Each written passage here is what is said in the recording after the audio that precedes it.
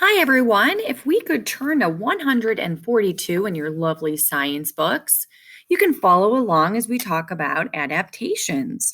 Changes that are harmful for some organisms may be beneficial for others.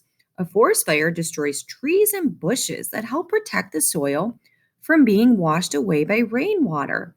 In addition, a forest fire adds smoke and carbon dioxide to the atmosphere and destroys the habitats of many animals. However, a forest fire may also help organisms in a forest.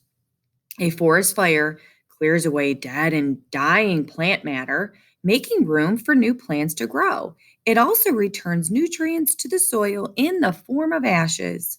In any environment, resources are limited. The struggle of organisms for the same limited resources is called competition. Organisms are more likely to survive if they are adapted, okay? They're able to change to compete for their resources. So, number 7 in your book, explain how competition affects a group of organisms in an environment. I would say competition may keep that population size from getting too large, okay? Overpopulation. So, if we look now on the bottom of 142, if we go through some of those descriptions, it says the growing parts of grasses or underground, they can quickly grow back after a fire. This helps them in the competition of nutrients. Okay. Then some plants store food in tuber roots.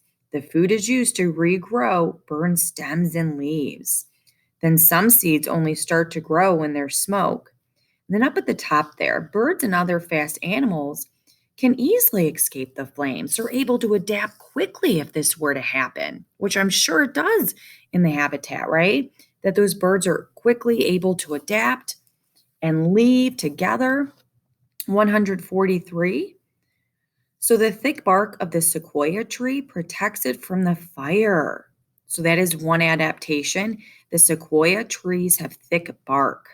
The bark is an adaptation that helps the tree survive in its environment. At the top there, some trees, such as the Table Mountain pine, have sealed cones that only open with the heat of a fire. Wow, that's a pretty cool adaptation there. Bottom of 130, 143, slow animals such as that poor mole, they can even survive a fire because they adapt and they're able to live underground. That's not hibernation, okay? That's just one adaptation that the mole has because they burrow very deep. They're able to escape that fire if they need to adapt quickly to that environment. 144. 144 survival. In any species of plant or animal, there's differences between individuals. A plant that has deeper roots than other plants may be able to reach deeper into the soil to get water. An animal that runs a little faster than others of its kind has a better chance of surviving an attack by a predator. Even a small advantage that can help a plant or animal survive.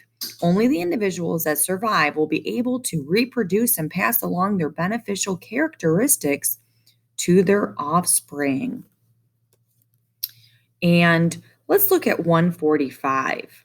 Okay. The wood frog can survive the winter, okay, and adapt because its body, wow, it can be frozen without killing the frog. What kind of adaptation is that? Holy moly, that's pretty cool.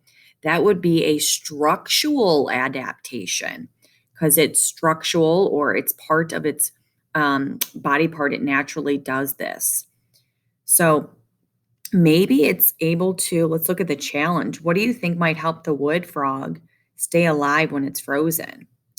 I'm thinking that it might have chemicals in its body that keep their cells from being damaged, and kind of like how photosynthesis helps plants, that chemical energy give it food. The chemicals inside the frog are kind of giving it their nutrients to survive during that harsh frozen winter.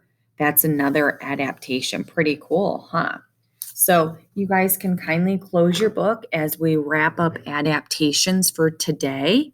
Good job.